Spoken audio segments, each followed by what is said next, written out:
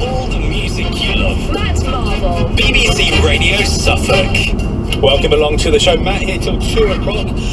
There's stuff happening across the county. Big and small car rallies. It's an American car show today. Ston and Barnes. Motorbike rallies. Cop Dog Bike Show. All sorts going on. People running to make Suffolk the most active county. That's happening in Felixstowe today.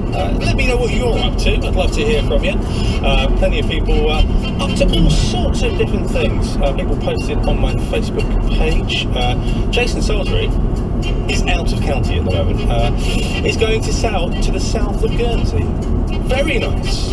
Very nice. And Tori, she's hoping to go truck racing at Snetterton. I don't think she's actually racing the trucks. I think she's just observing them, watching them, enjoying the thrill of the chase.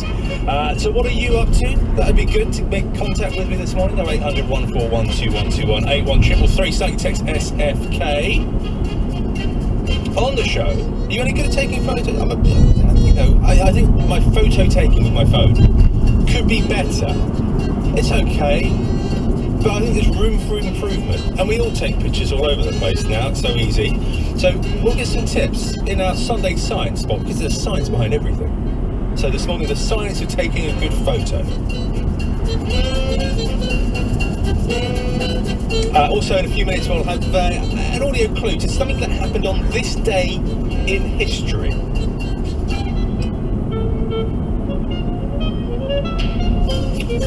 Plus, my son came home with a guitar strapped to his back from primary school this week. Apparently, it's his guitar for the rest of the year. He's got to take it in every Thursday to school. That's their musical instrument that they're learning this year, a guitar. Which brought back memories. I just wondered, how about you? Do you remember the slogs to school, having to carry ridiculously shaped instruments? And I said this to my mum yesterday. It's like 5 miles. I used to have to drag a baritone to school. So it wasn't 5 miles. It was 5 miles. It was blizzards, snow, floods. Taking that instrument with me. It wasn't 5 miles, mate. It wasn't. I just did a route check of how long it was. It was like 0.9 of a mile. It felt like 5 miles. I wanted to play the trumpet. Anyway, we'll talk about that this morning. So, musical instruments. Did you have to play a musical instrument? Did you want to play a musical instrument? What did you end up with? Were you any good? That kind of thing. That'd be nice. And like I said, a lot of good music this morning. And I'm not making that up because I have to, because I'm paid to say it. No, actually, really, there is. Like this.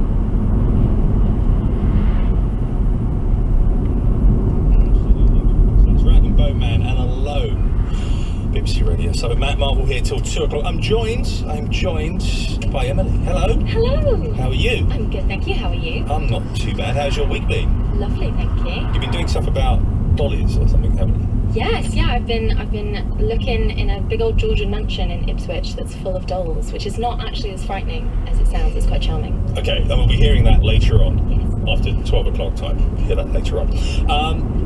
Did you have to take a musical instrument to school? Because for me, I decided in primary school I wanted to learn the trumpet. Oh. Okay. Okay. But the music teacher said, no, your lips aren't right. Oh.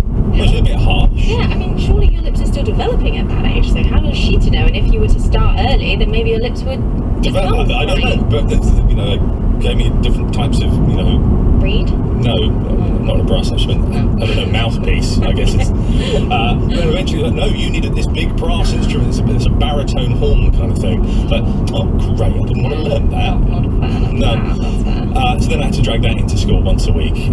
So my son's now got to take his guitar every week to school, which is really happy. And he's jumping around the lounge playing his guitar. He's been told not to jump around the lounge playing his guitar, but anyway. Yeah, so what did you have to learn? Well, I had a violin, which is actually... Oh, the worst!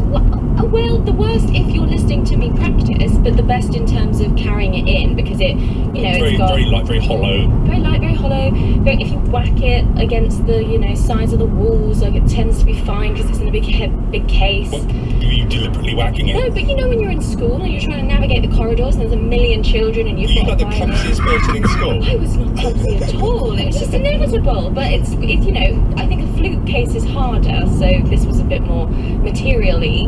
But no, it was. I liked the violin. I thought it was fun. You got to put like resin on it, like it's a snooker cue. And how did it go for you? Are you now?